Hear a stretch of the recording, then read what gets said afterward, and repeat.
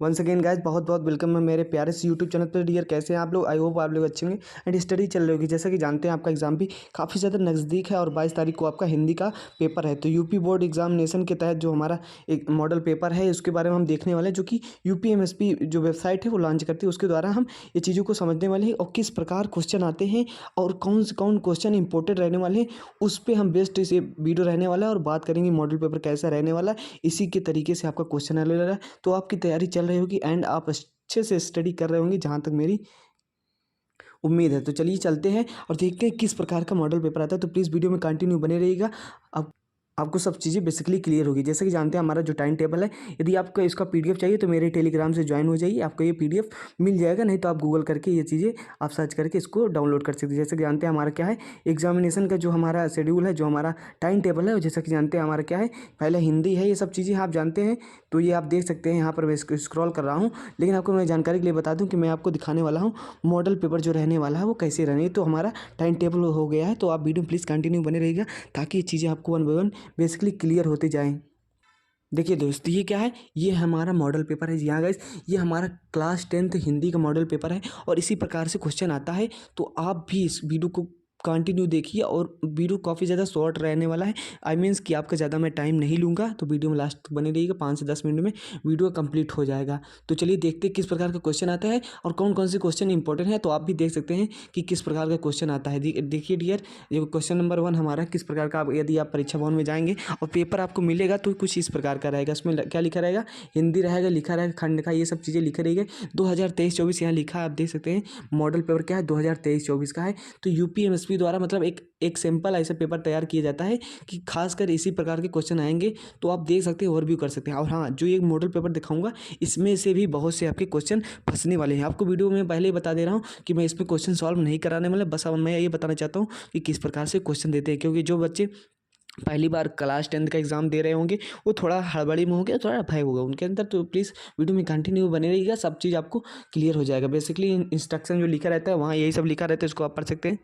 ये सब चीज़ें क्या है, प्रारंभ में क्लास जो है हमारा 15 मिनट छात्रों के पढ़ने के लिए ये सब चीज़ें दिया जाता है। इसको अब इंस्ट्रक्शन को अच्छे से पढ़ सकते हैं। तो और सब चीज़ें अच्छे हैं। क्या है, ओएमआर सीट पर नीले अथवा काले पेन वाल सही, यही सब चीज़ें हैं।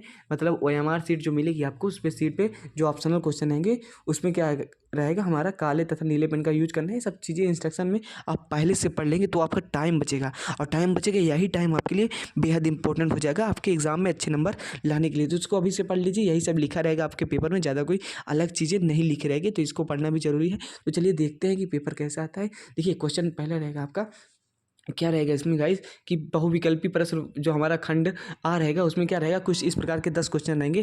जैसा कि नंबर 1 में दे दिया जाएगा कि गुलाब राय किस युग के लेखक है। तो गुलाब राय को आपको बताना है किस युग के, 4 ऑप्शन रहेगा, इस प्रकार से बनाना है। दूसरा क्वेश्चन क्या है, चिंतामणि किस विधा की रचना है। चिंतामणि विधा भी आ सकता है कि नाटक है, एक साहित्य क्या है, कविता कहानी, इस प्रकार की। तो आई होप आप स्टडी कर रहे होंगे एंड आपको सब अच्छे से आ रहा होगा। यदि आप इसको देख के इस पेपर को सॉल्व करके मुझे कमेंट कीजिएगा कि आपके कितने क्वेश्चन सही हुए, नंबर ऑफ क्वेश्चन सही हुए और आपकी एग्जामिनेशन तैयारी कैसी है। यदि तैयारी अच्छे से नहीं है तो अभी भी आपके कुछ टाइम बचा है, हफ्ते 2 हफ्ते, तो उसमें आप अच्छे से प्रिपरेशन कर सकते हैं। कुछ ज़्यादा टाइम नहीं लगते इन सब चीज़ों में। चिंतामणि किस विधा की रचना है, क्वेश्चन इस प्रकार से आ सकता है कि ये विधा भी पूछ सकता है।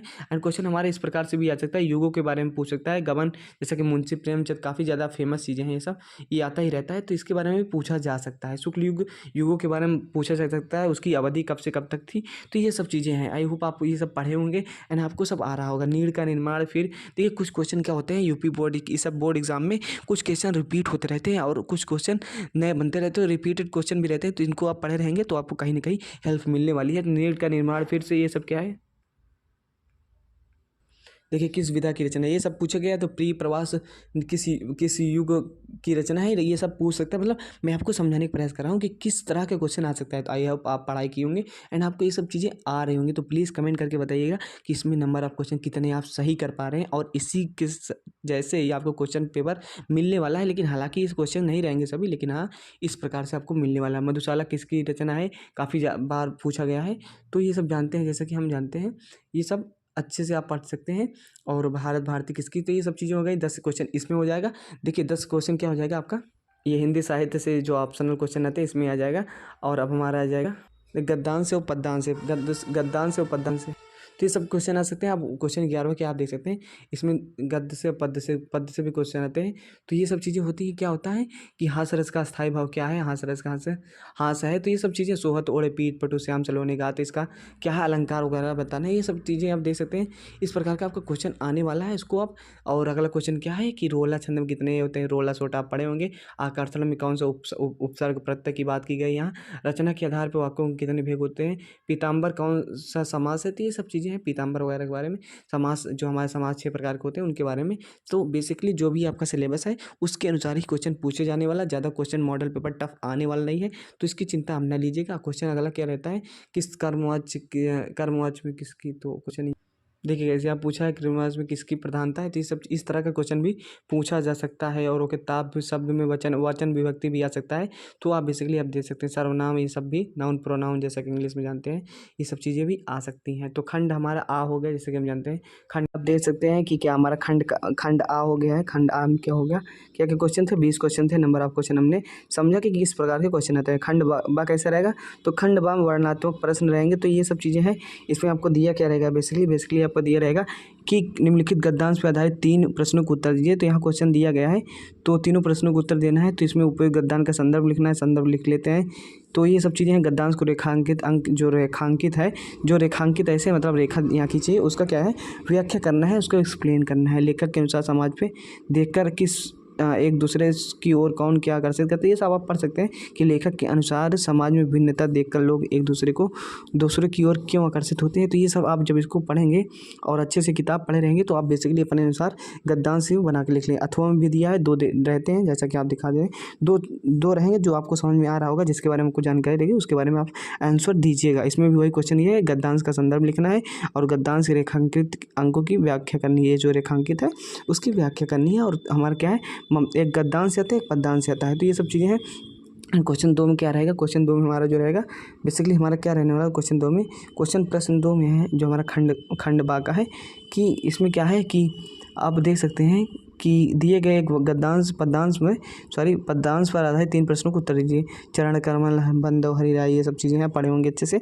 तो इसको क्या है उत्तर दे लेंगे। तो ये सब चीज़ें हैं और इसका अर्थ बताना है। ये सब चीज़ें इसमें क्या कहा गया है, उपयुक्त गद्यांश का संदर्भ लिखिए। पद्यांश का जो संदर्भ लिखना है, कौन सा कवि है, क्या है, कैसा है, तो इसके बारे में लिखना है। रेखांकित अंकों की व्याख्या करनी है, मतलब ये जो रेखांकित है इसकी व्याख्या करनी है। व्याख्या करने के बाद आपको बताया उपयुक्त पंक्तियों में कौन सा अलंकार है। तो पंक्तियों में क्या है अलंकार की बात की गई है, उपयुक्त, तो वो बता देना। अलंकार के बारे में आप जानते ही हैं। ओके, क्लियर है, आई होप आपको क्लियर हो रहा होगा। अथवा में भी इसमें देता है क्वेश्चन, अथवा में भी रहता है। यदि आपको ऊपर वाला नहीं आ रहा है तो आप अथवा वाला कर सकते हैं। ऑप्शनल रहता है, दोनों में 2 रहते हैं, एक आप कर देना जो आपको जैसे दोनों आ रहे होते हैं तो उसमें से जिसमें ज़्यादा आपको आ रहा होता है, जिसमें आप अच्छे से आपकी पकड़ रहती है तो उसको आप करिएगा। ये भी आपका दूसरा है, इसमें भी सेम प्रोसेस है। 3 क्वेश्चन के आंसर देने हैं। एंड अगला क्वेश्चन क्या हो जाता है हमारा, अब क्या हो जाता है संस्कृत से आ जाता है। संस्कृत दिए गए संस्कृत गद्यांश में से एक का संदर्भ सहित अनुवाद कीजिए। तो ये सब चीज़ें हैं और यहाँ मार्किंग भी की गई है कि 2+3 चीज़ें रहती हैं। इसमें क्या कहा है, अथवा में दिया है। इस अथवा में आपको जो अच्छा लग रहा हो, जिसमें आपको आता हो संदर्भ सहित उसकी एक्सप्लेन कर देना है, उसका व्याख्या कर देना है, अनुवाद कर देना है। ये सब चीज़ें हैं। आपको बात करते हैं अथवा में दिया गया है। इसमें प्रश्न 4 में आप देख सकते हैं कि संदर्भ सहित हिंदी में अनुवाद कीजिए। तो माना हितो प्रियो भवता, ये सब चीज़ें हैं।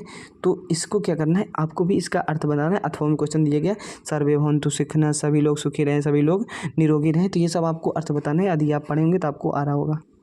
और ये आप देख सकते हैं ये काफ़ी ज़्यादा इंपॉर्टेंट है, जो कि फिक्स रहता है आने के लिए। क्या है, अपने पाठित खंड काव्य, जो आपके खंड काव्य में आधारित प्रश्न, निम्नलिखित प्रश्नों में से एक का उत्तर दीजिए। 3 नंबर का होता है, ये हर बार आता है और ये फिक्स रहता है सिलेबस के अनुसार। तो आपके अनुसार जो भी हो, जिसमें जो आप भी पढ़े हो, जिसका खंड काव्य, उसके बारे में आप लिख देना। जैसा कि हम जानते हैं ये बहुत चीज़ें हैं, मुक्ति दूध है, खंड काव्य, ये सब आप पढ़े होंगे। तो 3 नंबर का रहता है यार, एक के बारे में पूरा वर्णन कर देना है। जो आपके सिलेबस जैसे अग्र पूजा रहता है, बहुत लोगों में कुछ भी रहता है, तो उसके बारे में आपको उसका चरित्र चित्रण पूरा वर्णित कर देना है। 3 नंबर आपको आराम से मिल जाएगा। जैसा कि आप जानते हैं प्रश्न 6 में क्या है, प्रश्न 6 में हमारा क्या है, प्रश्न 6 में हमारा क्या है कि जीवन परिचय लिखना है। यार जीवन परिचय सिंपल सा है कि डॉक्टर जयशंकर प्रसाद का है।